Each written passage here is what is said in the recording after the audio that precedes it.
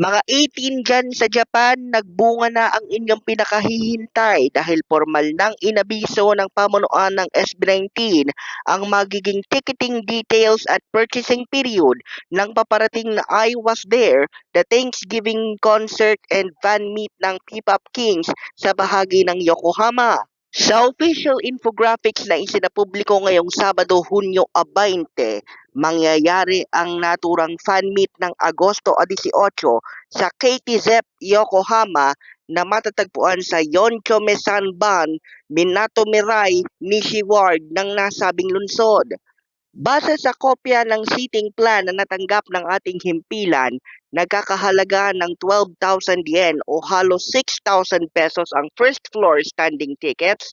Ang second floor reserved seats naman ay 17,000 yen o halos 7,500 pesos.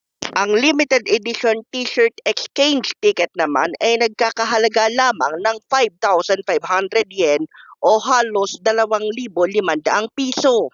Umarangkada na rin ngayong alas 6 ng gabi Japan Standard Time ng Hunyo 20 o pasado alas 5 ng hapon sa Pilipinas ang unang bugso ng pre-selling period na tatagal hanggang Hunyo 28 alas 11:59 ng gabi Japan Standard Time.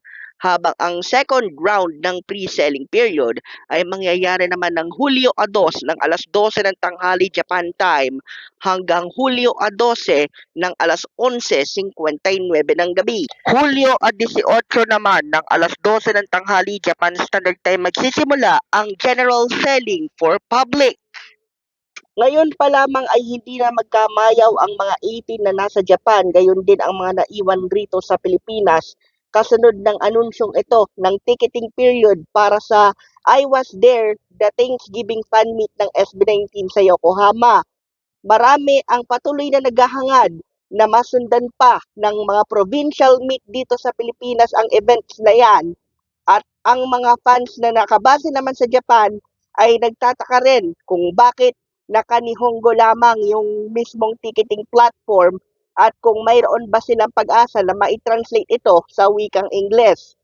Ang official ticketing platform ng I Was There, the Thanksgiving fan meet ng SB19 sa Yokohama ay gamit ang E-Plus na ticketing service, eplus.jp/SB19. Yan ang totoong balita mula sa Mabuhay Radio Japan Worldwide. Sa bawat oras, bawat himig, nananatili kaming walang takot, walang pinapaboran. Nagbabalita ng todong lakas sa larangan ng SB19. Ito ang Senbatsu Patrol number 2, Stephen Saraspeperes.